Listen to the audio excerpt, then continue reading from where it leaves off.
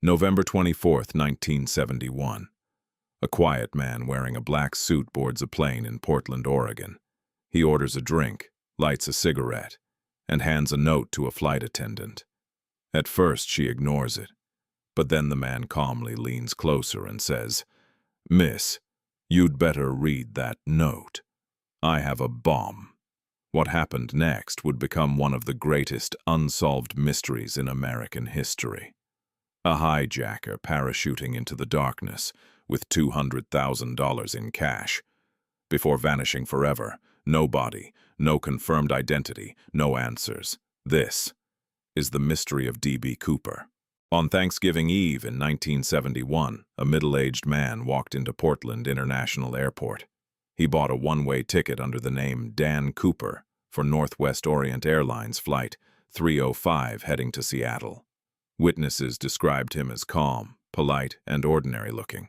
He wore a black tie, dark sunglasses, a business suit, and carried a briefcase. Nothing about him seemed suspicious. Back then, airport security was extremely relaxed. There were no metal detectors or baggage scanners. Passengers could walk directly onto planes with almost no inspection. At 2:50 p.m., Flight 305 took off.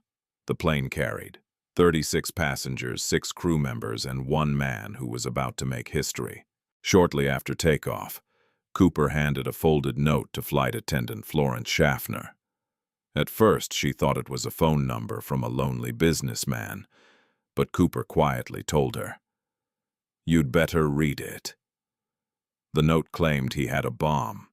When Florence sat beside him, Cooper opened his briefcase slightly. Inside were red cylinders attached to wires and a battery.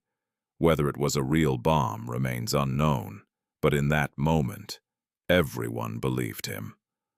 Then Cooper made his demands.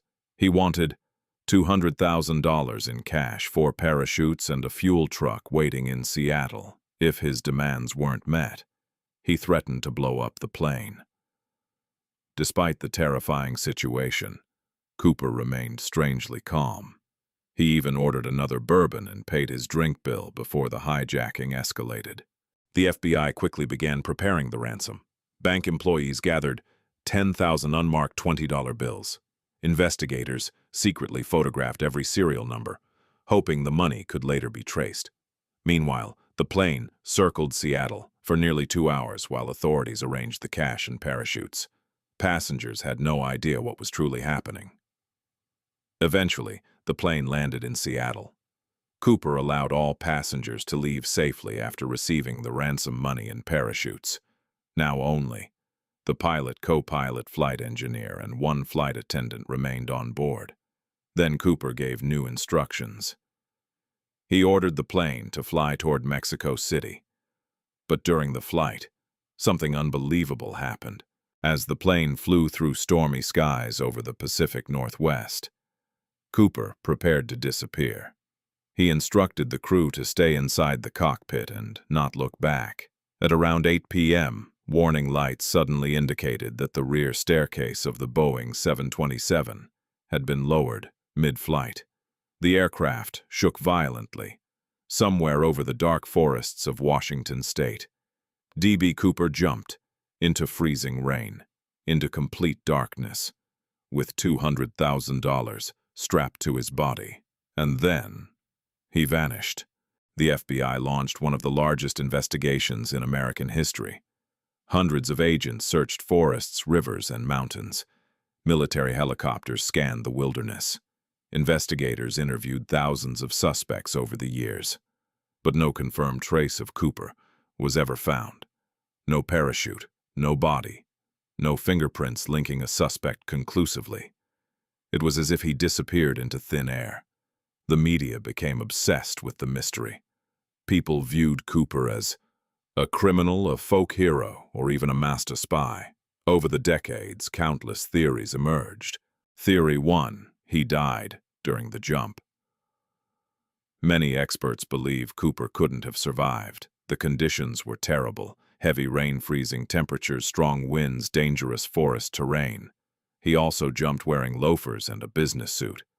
Some investigators think he landed badly and died somewhere deep in the wilderness. If true, his remains may still be hidden today. Theory 2. He was a trained military paratrooper. Others believe Cooper was highly skilled. His knowledge of aircraft and parachutes suggested military or aviation experience. Some theorists think he carefully planned everything and escaped successfully. If so, he may have quietly lived the rest of his life under a different identity. Theory 3. He was never D.B. Cooper. Interestingly, the hijacker never called himself D.B. Cooper. A newspaper accidentally misreported his name early in the investigation, but the mistaken name spread across America and became legendary. His real identity remains unknown to this day. In 1980, a young boy named Brian Ingram discovered bundles of decaying cash buried near the Columbia River. The serial numbers matched Cooper's ransom money. It was the first real evidence connected to the hijacker in nearly a decade. But the discovery only deepened the mystery. How did the money get there? Why was only part of it found, and where was the rest? Even today, nobody knows. For over 45 years, the FBI investigated the Cooper mystery. Thousands of suspects were examined, but none could be proven conclusively. Finally, in 2016, the FBI officially suspended active investigation into the case. The mystery remains unsolved, and D.B. Cooper became a legend, the only unsolved airplane hijacking in American history. So who was D.B. Cooper? A skilled criminal, a former soldier, or just an ordinary man who attempted the impossible? Did he survive the jump, or die somewhere in the forests below? More than 50 years later, the mystery still remains unsolved, and perhaps that's why the story of D.B. Cooper continues to fascinate the world. Because somewhere out there, the truth may still be waiting to be discovered. If you enjoyed this video, subscribe to Scareverse for more mysteries, dark stories, and unsolved cases. And remember, some mysteries are never meant to be solved.